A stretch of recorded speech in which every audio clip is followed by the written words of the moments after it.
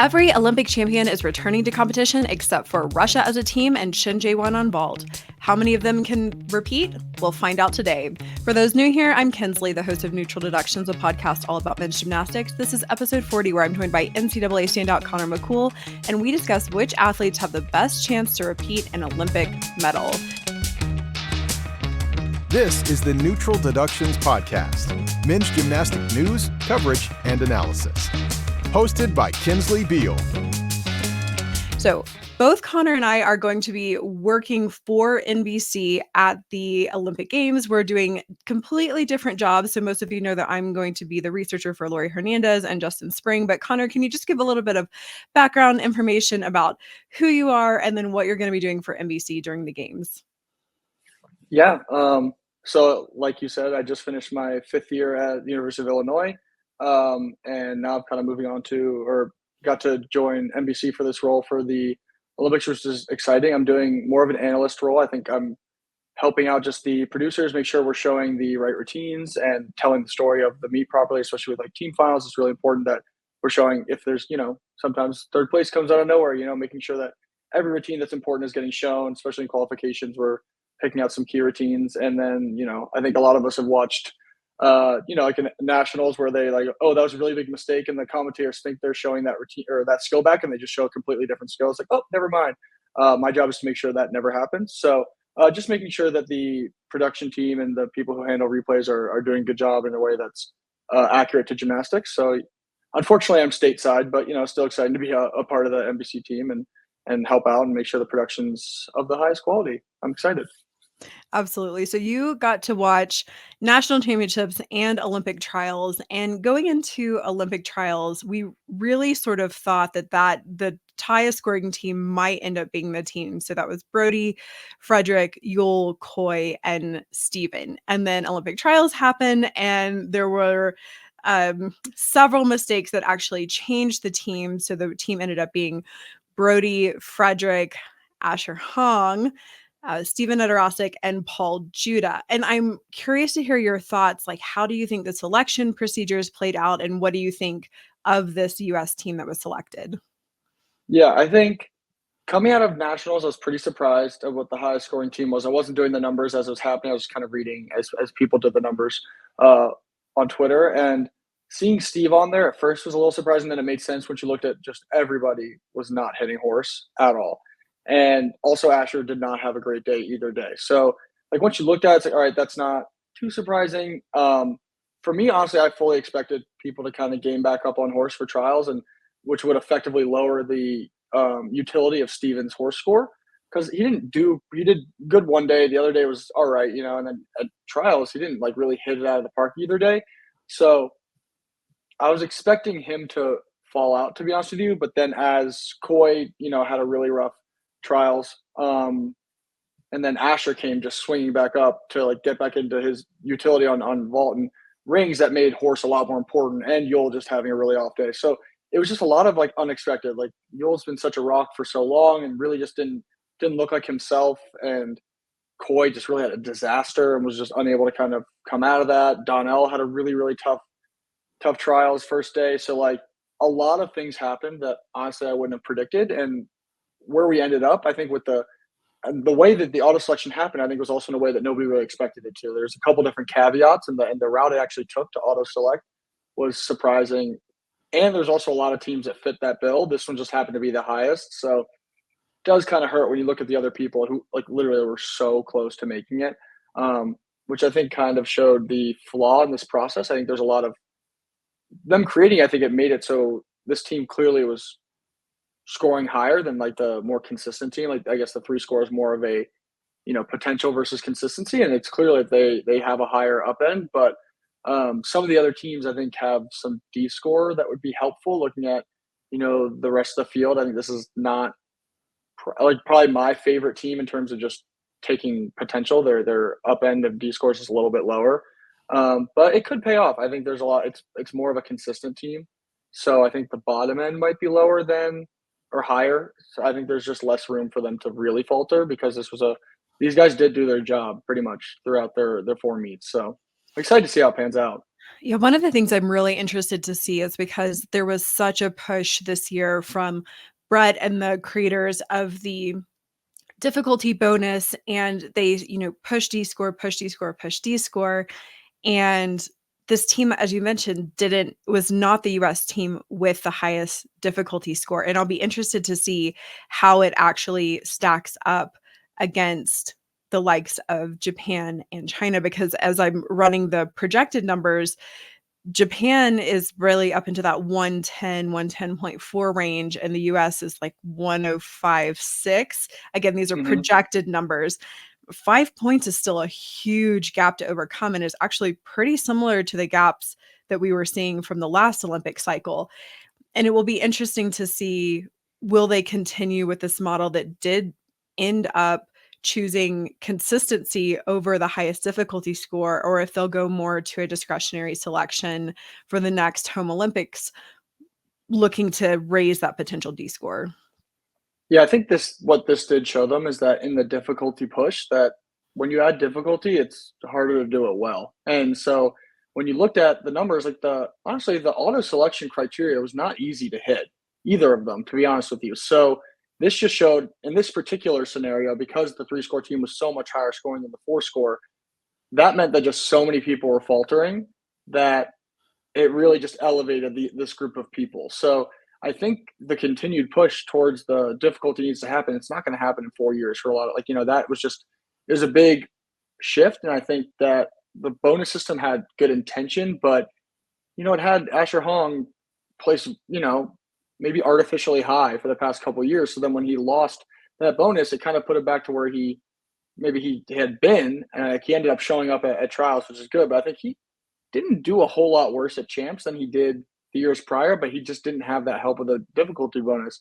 The thought was that by 2024, his execution and his consistency would have been higher. And he did show at trials that he is very capable of hitting really, really good quality routines. It's just at championships, he kind of felt the damage of not having the bonus anymore. If this was 1 year ago, he would have been in the conversation the entire time because he would have had a little bit of a boost.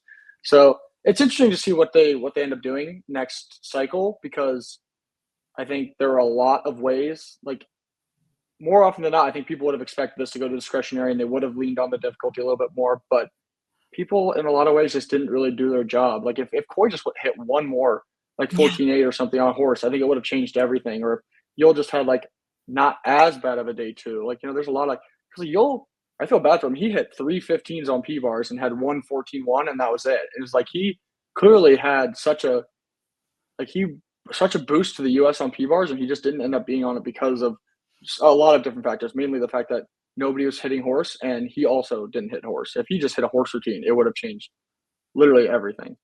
Yeah, I think he was less than a tenth of a point off the highest scoring team to lock it in. It was half a tenth, I believe, and both of them were 2 points higher than the 4-score. It was like just such a, I think there was I forget how many teams there were that fit the criteria, and they were all very close. So that's the one thing. It's just okay, so it could have been anybody, and half a tenth is a non-existent deduction in men's gymnastics, so it's an effective tie. And right, that could be a judging error, right? Exactly.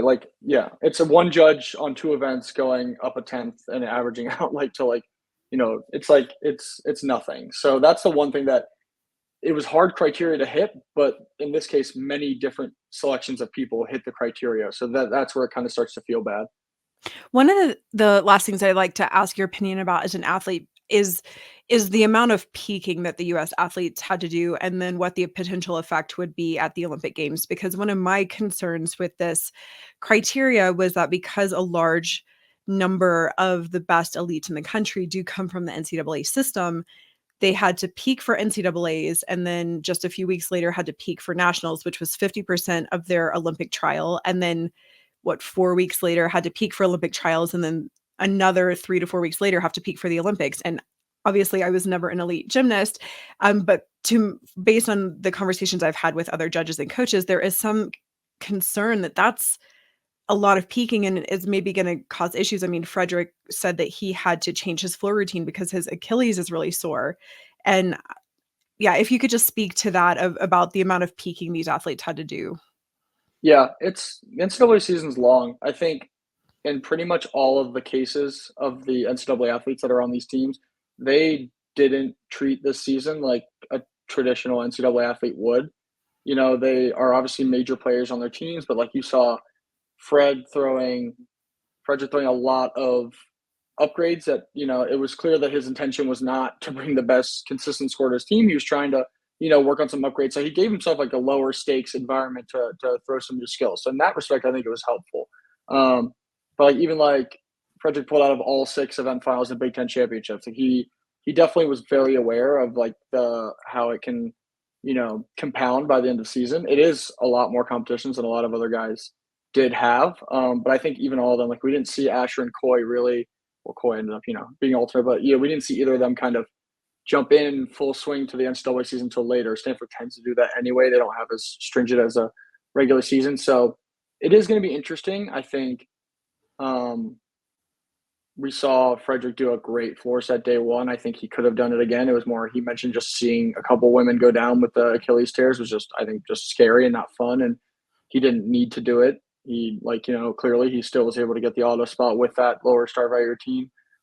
So I think for him, he's got a couple weeks to kind of tone it down and maybe do some more soft landings. Like I think it'll be okay. Like this isn't the first time we've had NCAA athletes on, a major team, and they tend to go out and do their thing anyway. So I'm not too concerned. And I think this is probably the most evident it's been in them trying to pace themselves throughout the season than in years past. So with that being said, with you seeming like the pacing is going to be okay, and we have this U.S. team that's very strong, but maybe not the highest D score that could have been, how do you see them ranking internationally when compared to the likes of China and Japan and Ukraine and Great Britain?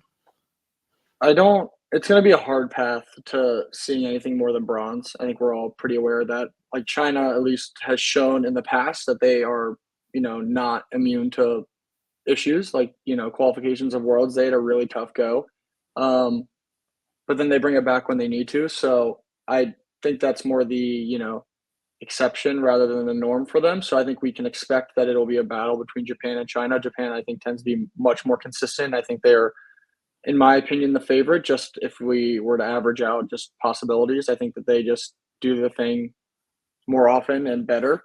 But China, if they have a day, it is right there, So I think USA would need help from China for sure if they wanted to. I think Ukraine having a higher D score than the US is interesting. Typically, I think their execution, even on hit routines, tends to be lower, once you drop out of the Illia and Oleg group. And honestly, like Oleg was good at Worlds last year. He didn't look awesome. My guess is he's probably going to be in a little bit better form. And Illia, we have no idea what's up to. He's like injured all the time. His coach just posted some very dramatic, not really, there could have been some translation errors, but it seemed like he's not doing great. So that's always a concern.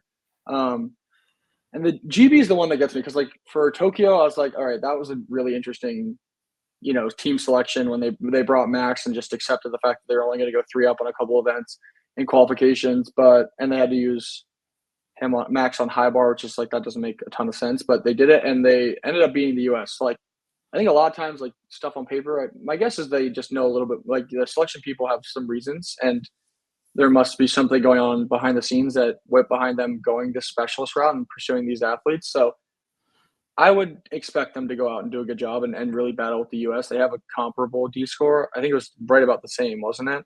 I forget. Yeah, their D score is only about a half a point behind what I'm projecting the US D score to be. And that's nothing. That's, that's 18 routines in a team final. That's, a couple steps here and there. So I think it's going to be a battle. I think my guess is US, GB are going to be the ones who are going to be in there. Ukraine, if they have a killer day, can absolutely contend. I just would put them in just one echelon below.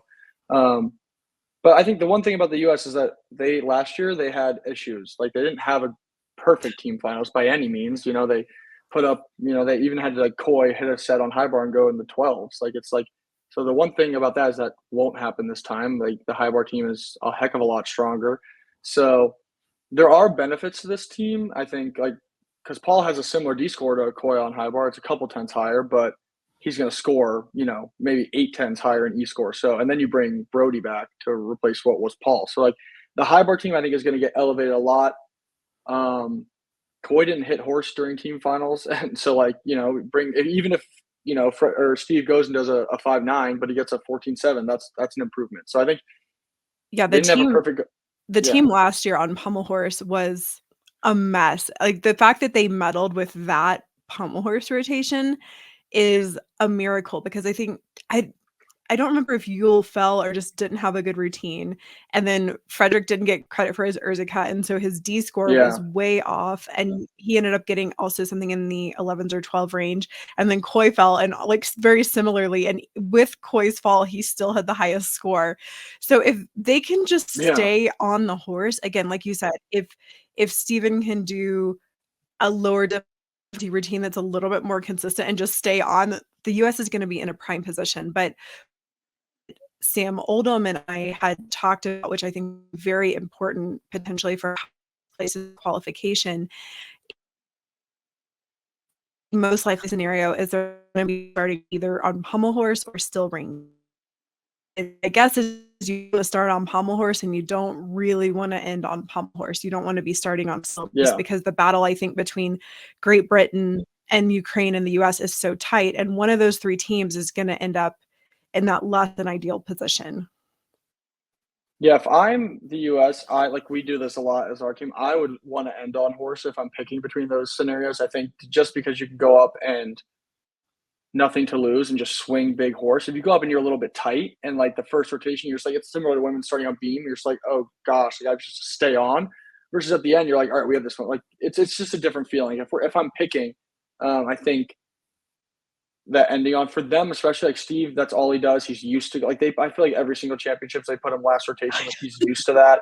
And I think they've got some good people in there. The one GB had some mistakes, I think, in team finals. I'm looking at the scores now. I mean, I think their biggest one was James Hall going sub 12 on horse. He's not going to be there, but now they had to use Jake Jarman on horse last year, and now they're going to have to use him again. Probably Joe, and Joe can swing horse.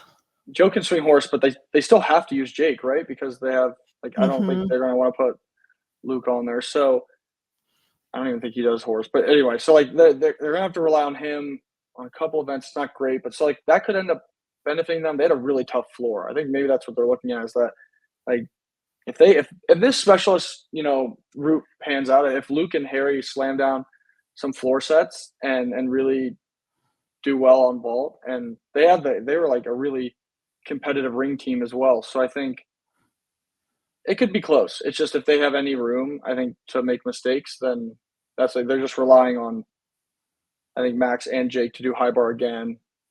At least they have Joe back, but there are some potential weak points in that team that I think the US is at least more even throughout the 6 events. I think there's less room for them to kind of have a disaster.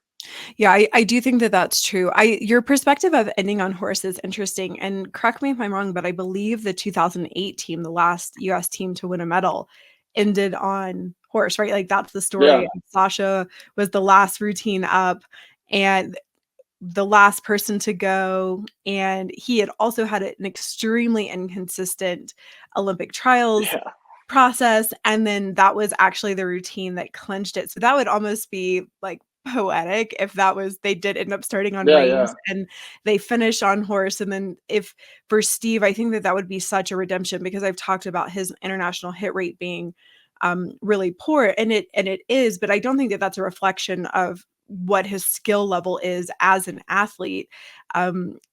And if he could come in and clench that win as that last routine, I think that would be such a redemptive moment, not only for him, but also for this US team that so desperately wants to be on the podium.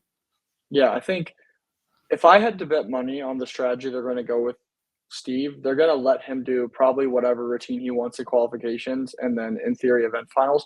Team final, my guess is they're going to cap him. Maybe at a 5.9, maybe at the 6.2, but I don't think they're going to let him. The potential benefits of him going, if he does the 5.9, he could easily, even internationally, I believe, get a point off. He's gotten high U scores before. So if he goes 14.9, he does a 6.5 and gets a 15.2, what does that do versus the risk of him going, high 13? I think just bring him just to be a number that they can rely on. And I think he's got routines that he can hit close to 100% of the time. My guess is that's what they're going to do, because in the past they've let him pursue the high, like 2022, like he was going for the same routine pretty much every meet, as far as I'm aware. So Mhm.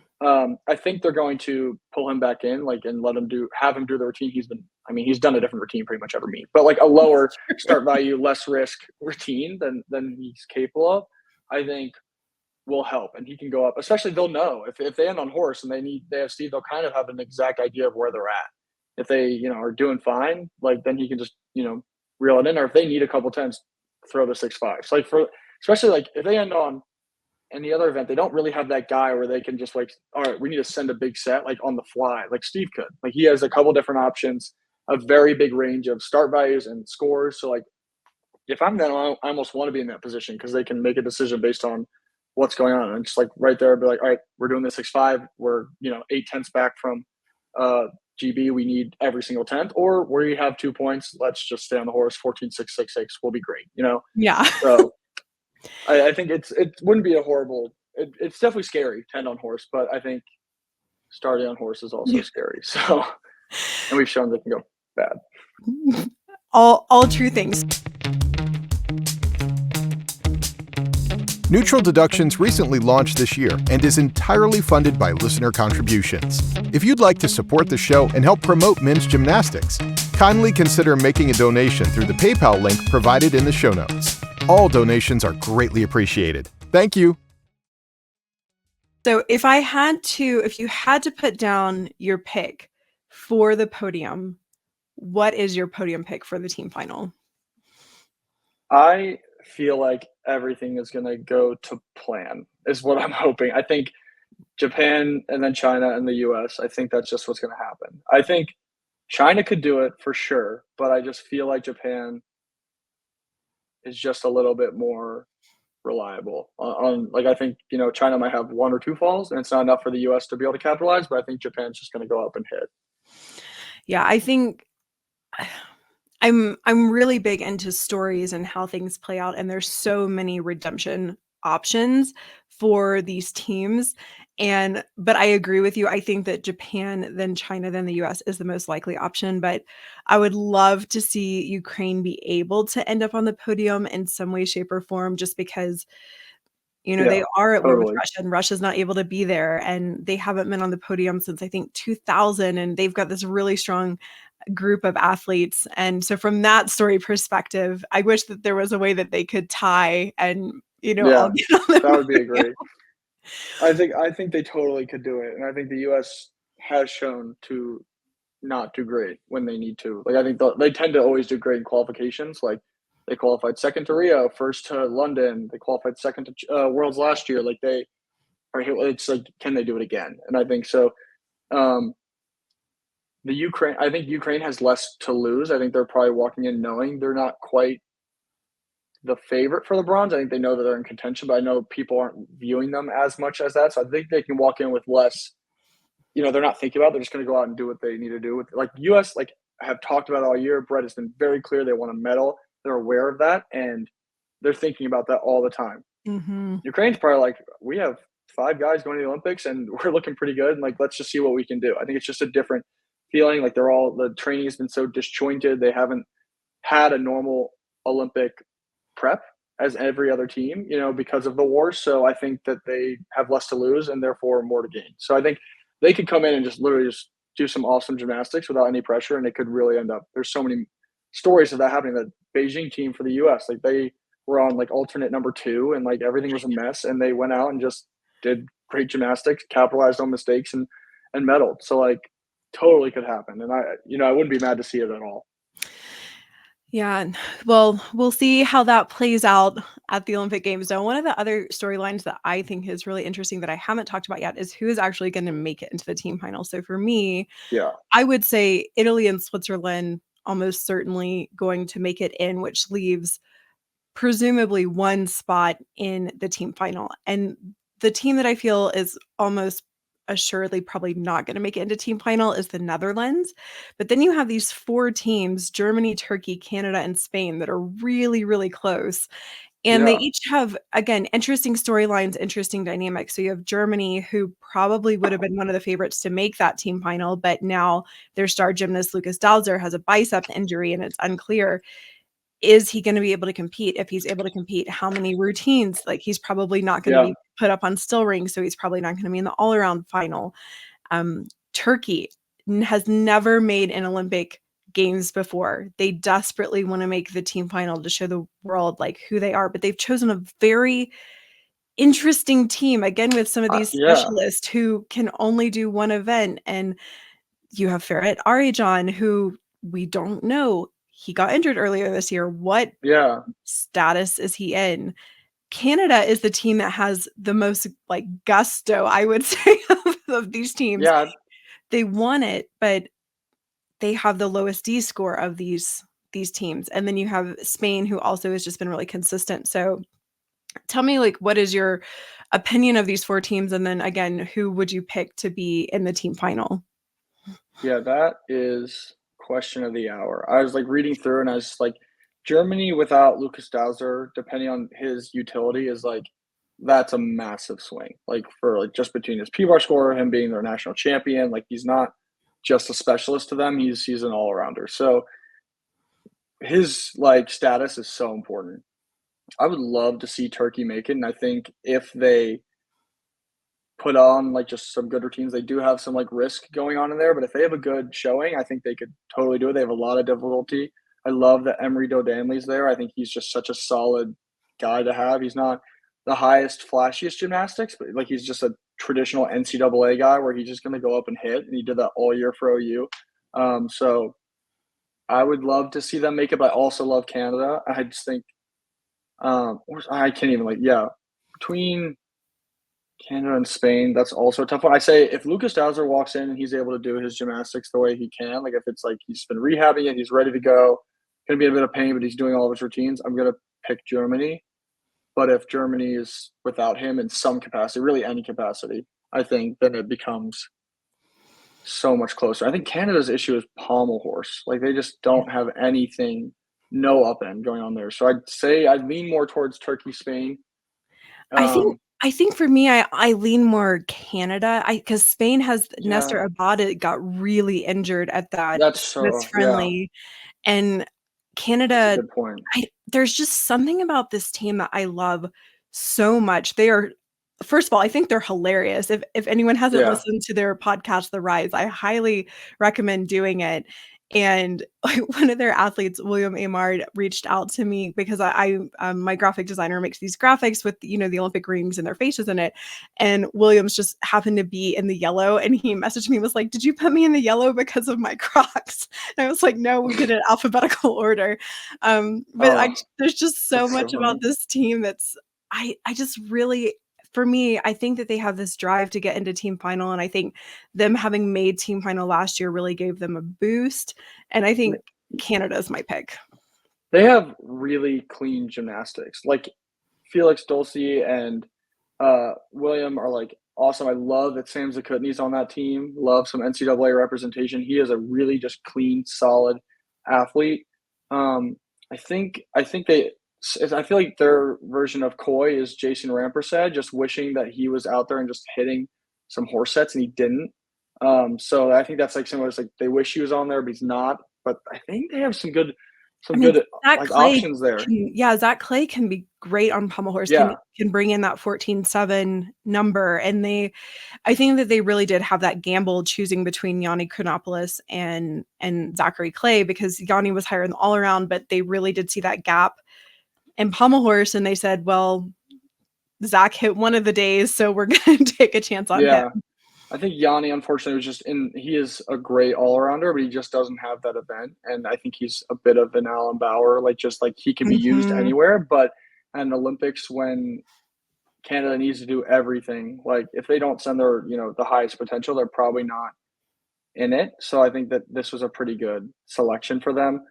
It's going to be interesting who they actually select to do all around. Like I remember that was kind of drama, was that Felix didn't do all around at Worlds because just his horse isn't particularly usable for them, and it ended up paying off them getting into team final. So I would not be upset to see any team make it. I just love the underdog of Turkey just kind of coming in, not being a major player in men's gymnastics until very recent, and just having all of these like really talented guys on their team who all I would love that. But any of those teams, I think, it's going to be a battle for sure.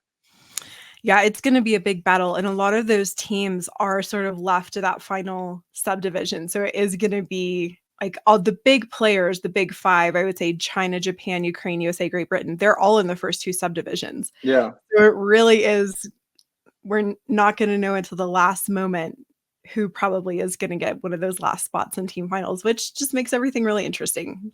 Yeah, for sure. Yeah, I'm excited.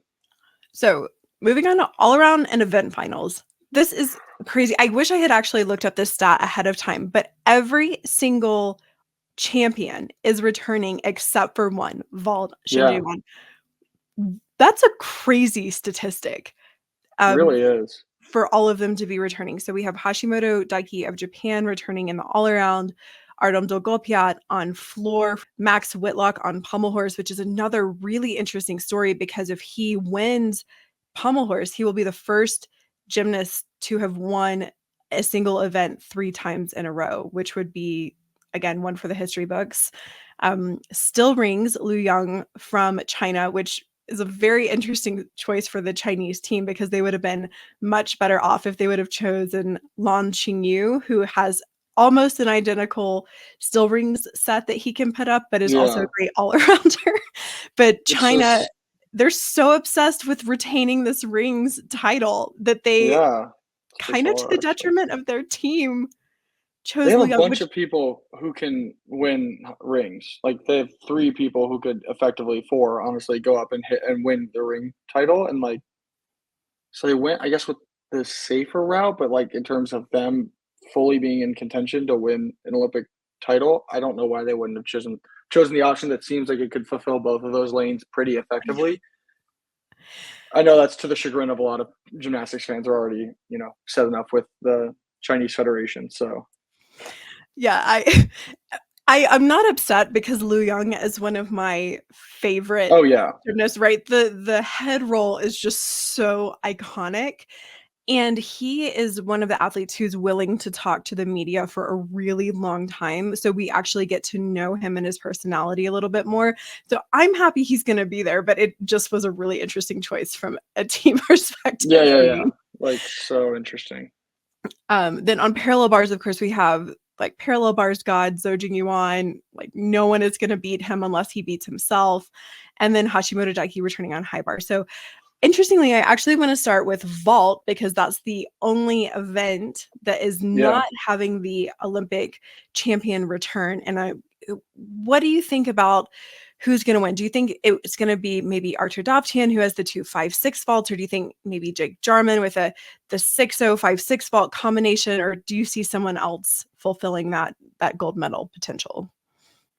Vault is so like just could go any way, any single day, and like just looking at the contenders and who ended up medaling, I think Dovtian, like him having a tough worlds was like shocking. Like just when like if he goes out and doesn't stick, it's just like whoa. So like I think Jake, I think if he hits both of his, it's his, to be honest with you. But he sits down the Yonacore pretty often, not pretty often, but enough that it's like a bit of concern. And he doesn't like it's not like he has an easier vault to do in qualifications to make finals. Like he's 3.5 or bust.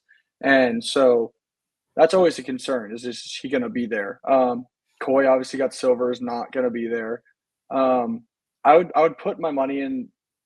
Oh gosh, I would say if I'm gonna bet money, I feel really good about Jake right now. I don't know why. I don't have a lot of evidence to suggest that. I feel like he's been doing the vault for so long now. Dragulescu was awesome.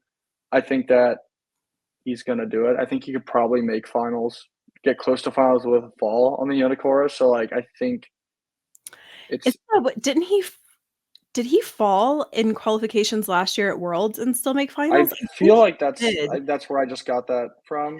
Yeah, he totally did. He got an 8.0 execution score, a 14 on it, qualified in 8th. So he's done it before. He doesn't have. Yeah, so I think it's totally possible. There's a lot of talent on vault.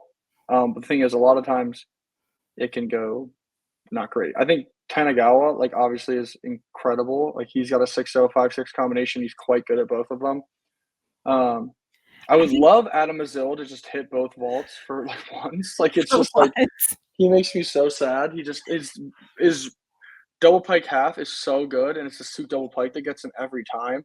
So Yeah, him and Madi Olfati have, like, the same syndrome. It's their yeah, first vault is so beautiful, just really cleanly executed, and then they go to their second vault, and it's, like, maybe a 33% chance that they're gonna hit. yeah. I Which is think crazy for Olfati because they're the same post flight. You'd think it'd be, and he's so good at the Yurchenko double pike. You'd think that the Suk double pike would apply a little bit more, but he does. It's just not quite as high. I think he's in a little tighter of a pike and just gets lost or ooh, something. But I would love for him to just slam both vaults and win it too. blasphemy or not, Madi Olfati has a better Yurchenko double pike than Simone. True or Oh false? my gosh, it's unfortunately true, but I just don't. It's just now it's just opening up the floodgates for discussion. I think his is just so high and he's so consistent at the landing. Like Simone's is obviously incredible, but she does have landing issues sometimes. And like Olfati just slams it down pretty much every single time. And it, like what that one video that surfaced like of him like the Asian games the first Mhm. time where people really caught on to him. It was just it might have been the angle, but it was like I've never seen a piece of gymnastics that high. Um, and he posts videos on just the worst looking vault tables I've ever seen in my life, and it's still incredible every time. So his is like maybe one of my favorite pieces of gymnastics overall. It's just so awesome. For me, he is one of the gymnasts that I genuinely feel like if the judges weren't afraid to give a perfect 10, if he stuck that vault, Totally. to my eye, there's no deductions, and he's right down the He's got middle. There's no plenty of deductions. height. Yeah, they'll find something. They'll say he had like shoulder angle on the table or something ridiculous, but like it is one of the more perfect pieces of gymnastics that exists. Like it's so impressive. I think for me, the spoiler so I going back to the podium, right, I think probably Archer Dofty and Jake Jarman are really the 2 that most people are considering are favorites for the podium, but my spoiler is Carlos Yulo, Yeah, because Carlos has the Rise Guang 2, which is 6-0, the handspring double front, pike half out, and then he also has the cause double, and he's one of the cleanest yeah. gymnasts competing right now. But he's been really inconsistent as of late, but I think if he puts those 2 to his feet cleanly, I think he potentially spoils the gold for Jarman. I think he was my I expected him to get gold last year at Worlds. Like obviously nobody expected him to get a 0 on his first vault. Like that just wasn't in the cards. So like um I don't expect him to do that again. And so I think he could go up and he's similar to Jake. Like his um double pike half is like so good. It's so I think there's a couple combinations I think that could totally do it. And then if everybody hits, which would be, a vault final of dreams, if everyone just goes out and does Yeah. their vaults to the best, it would be like an intense battle because Davtian can hang with people with higher difficulty because his Yeah. execution is so good. Um, so it could go so many different ways. And there's and because things just happen, there's no like clear front runner. So it's gonna be exciting. Love a good vault final. I know. So let's sort of go in like a weird order. So let's just move on to parallel bars. Parallel bars, I coming in, I was like, great, we know who probably the medalists are gonna be, and now everyone's injured. And Yeah. aside from Zhou Yuan, I think that there are a ton of question marks, and I think that this is potentially an event where we're gonna see potentially something strange, like someone sneak in to this medal podium that isn't really expected. Yeah. Right. Like just because Dauser's maybe hurt, Erichan we haven't seen, uh, and then Kovtun we don't really. I think it's his legs, so he's probably going to be good on P bars, but Right, and we he don't has the know. hardest difficulty in the world right now, more than Zhou Yuan. He has a consistent 7-0, and I've been told by, some of the coaching members that potentially they're looking at throwing a 7-2. And we people, me myself, like were like looking at it, like that was just like when he first started doing it, it was not clean, not very good, and he goes to No. every meet as we know. And we've watched him slowly get better and better at it. So like now it's a pretty respect. Like the 7 is pretty good. It's not judging you on like quality, obviously, but if he hits, I would say he could be very close to like Dauser even because like and if Dauser's out, he could totally make a run for silver. So Erichan, I think, is always struggled. His form is just not great. He gets scores that sometimes don't make sense to me based on just like if you directly compare, like how did he get an 8.7 and Zhou Yuan got a 9.3 when it was just not the same, even remote quality. So like, but he does tend to get a little bit of a benefit from the judges. Joe obviously is a former world champion, but his difficulty I think is just not quite there. That if people are hitting, I think he should make the final, but I don't know if he's like a favorite to medal right now. I don't know. That's a tough one. I kind of would love to see an Oleg Vernayev redemption tour of going from being Olympic champion to Yeah. being not able to compete in 2021 because of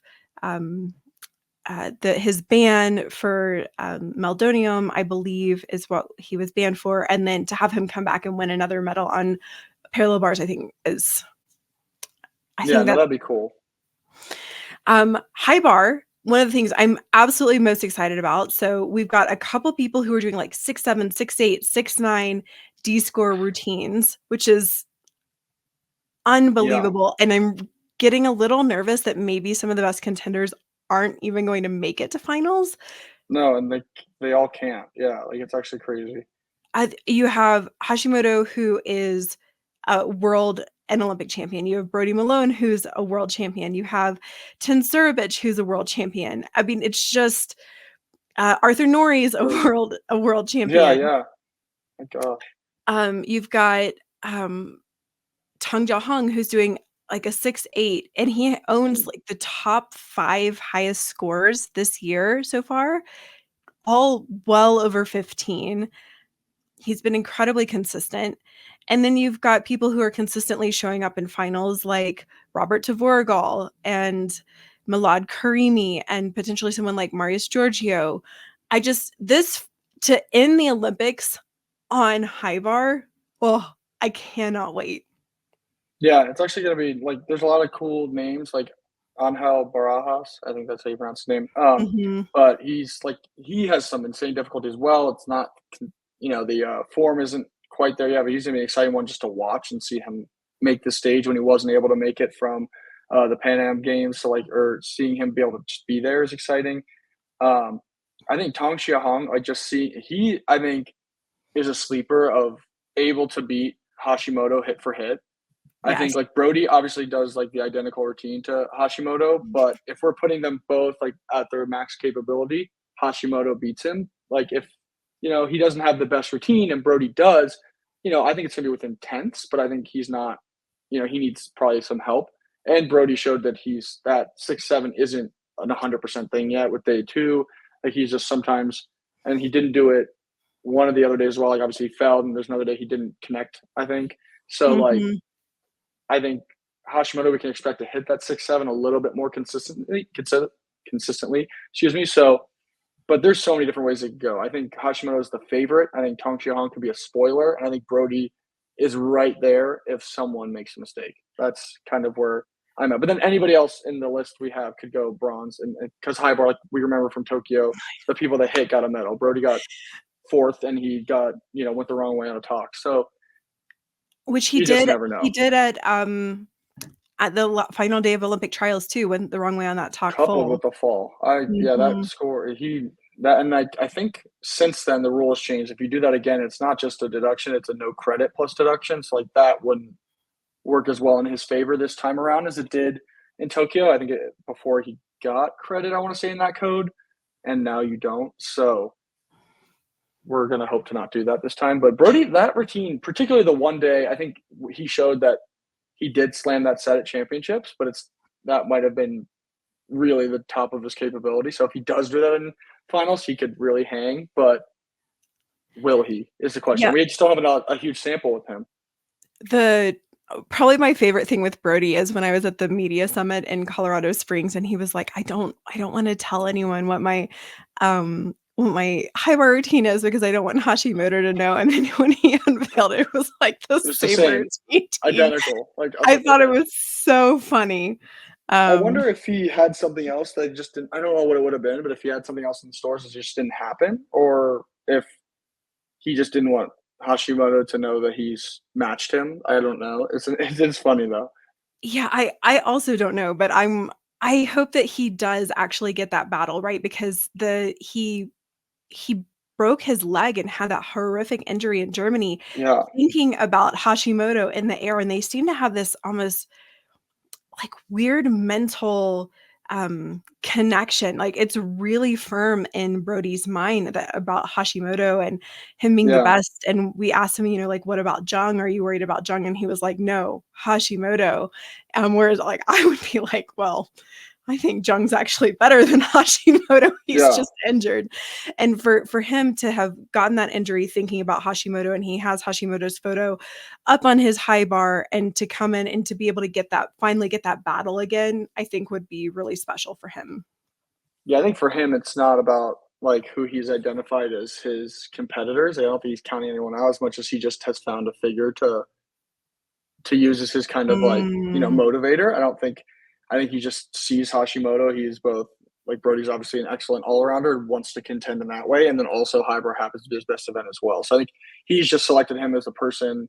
I think when Brody probably started this, was before Jung like became a big player. Like he was obviously like he was left off the Tokyo team. That was controversial enough. So I think Hashimoto's just been the guy he's been looking at, and he's just kind of kept that tunnel vision. I think either way, regardless of if he's doing the job that he's trying to, he'll be able to compete with anybody. It doesn't really matter who. I think he's just picked Hashimoto as his person to keep in front of him at all times, to keep him motivated. Neutral Deductions is your exclusive gymnastics news platform focused entirely on men's gymnastics. To show your support, please subscribe to Neutral Deductions' YouTube channel and follow us on Instagram.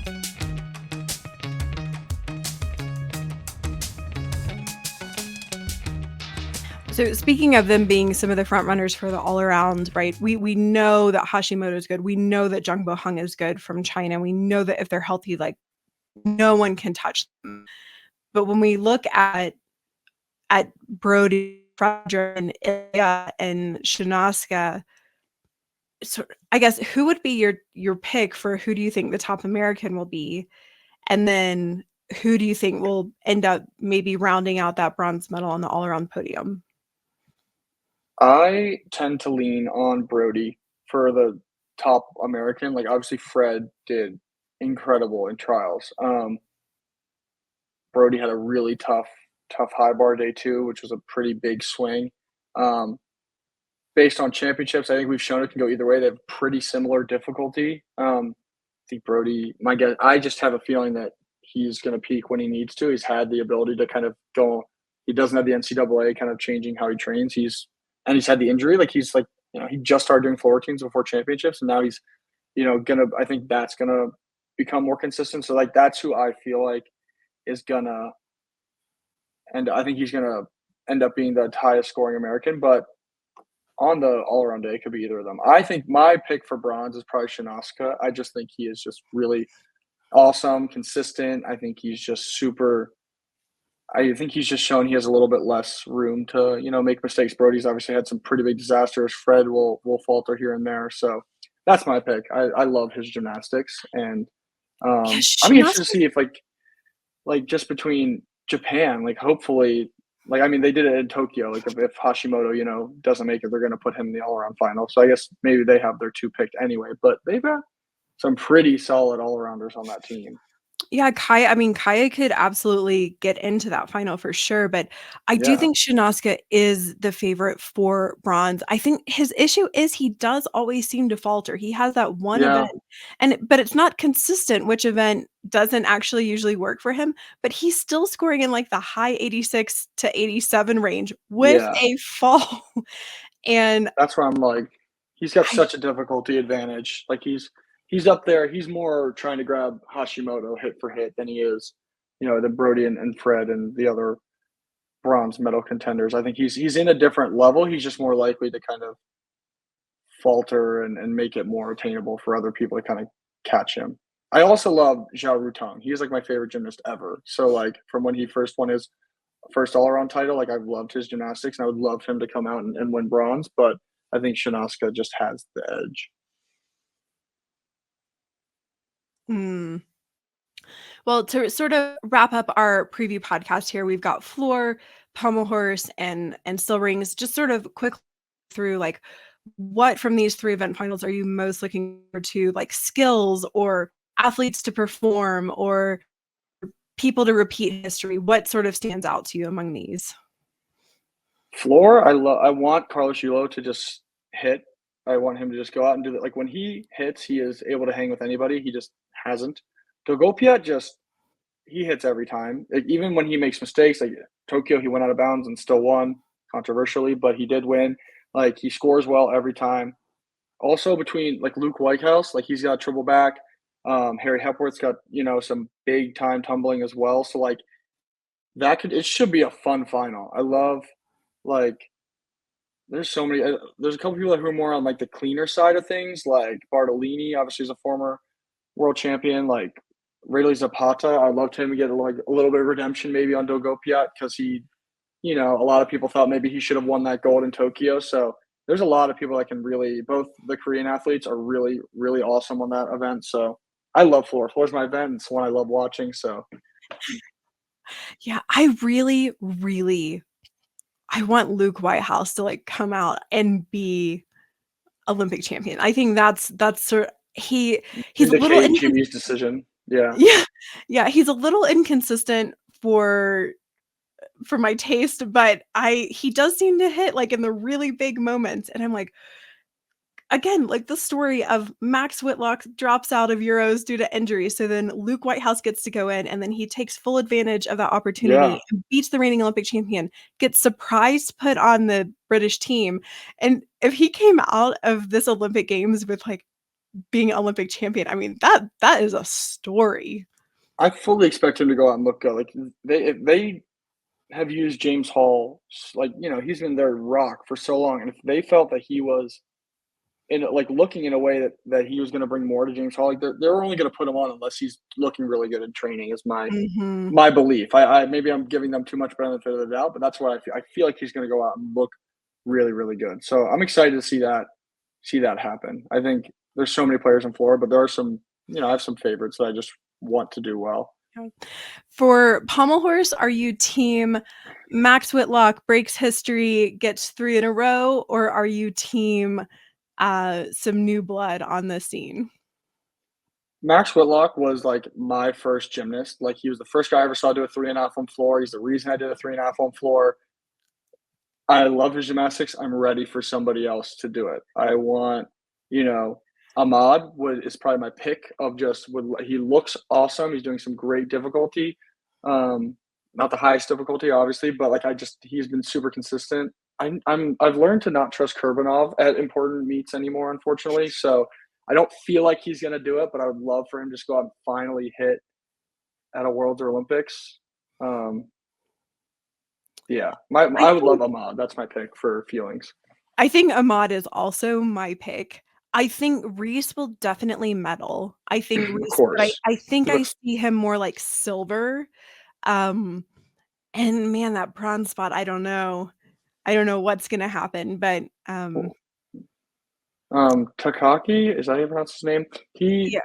has quite the difficulty score. He doesn't quite have the swing probably than some of the horse specialists, but that 6'9", if you can go out and just slam it, he could totally hang as well. So obviously Max has a huge start, but his swing between the new rules and how they evaluate skew, and it can be on every circle, not just the skill, so he can get really hit. I thought that was going to happen in Tokyo, and it did not. Well, actually, it did, and then in event finals, he really just did an incredible routine. So I've learned never to count him out, but I wouldn't be upset if he did it. It'd be cool. I love him as an athlete, but I would love, especially there's a lot of smaller countries with pommel horse. I would love for somebody else to kind of get a share. Yeah, and a lot of people don't know that Max, so earlier this year, Max was hitting his normal routine. He was getting high 15s, doing really, really well. And then he did a routine that was like a 4.8 difficulty score.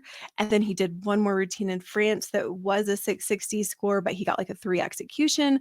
So, Yeah. and then Sam Oldham mentioned on the podcast that we did that he has been hitting his routines in practice. So for me, Max is also a little bit of a wild card. We've typically known him to be so consistent and reliable, but there are some indications that maybe the injury is hurting a little more than anticipated.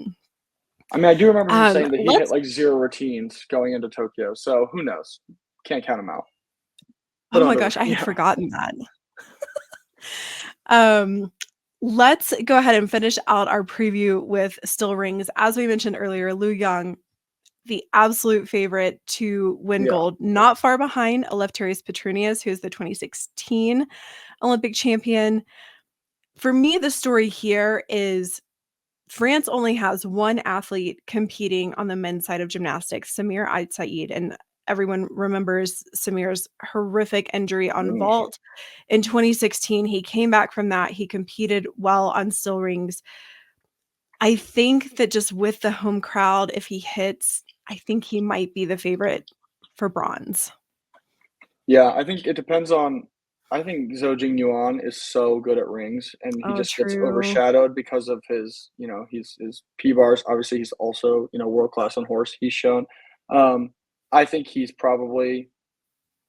His shoulder is always a wild card. Sometimes he can do a really good ring set, and sometimes he literally cannot. I think he's been a little bit more consistent. He'd be who I'd put my money on, but love a home crowd, hometown favorite to go out and, finally he's been to Samir's.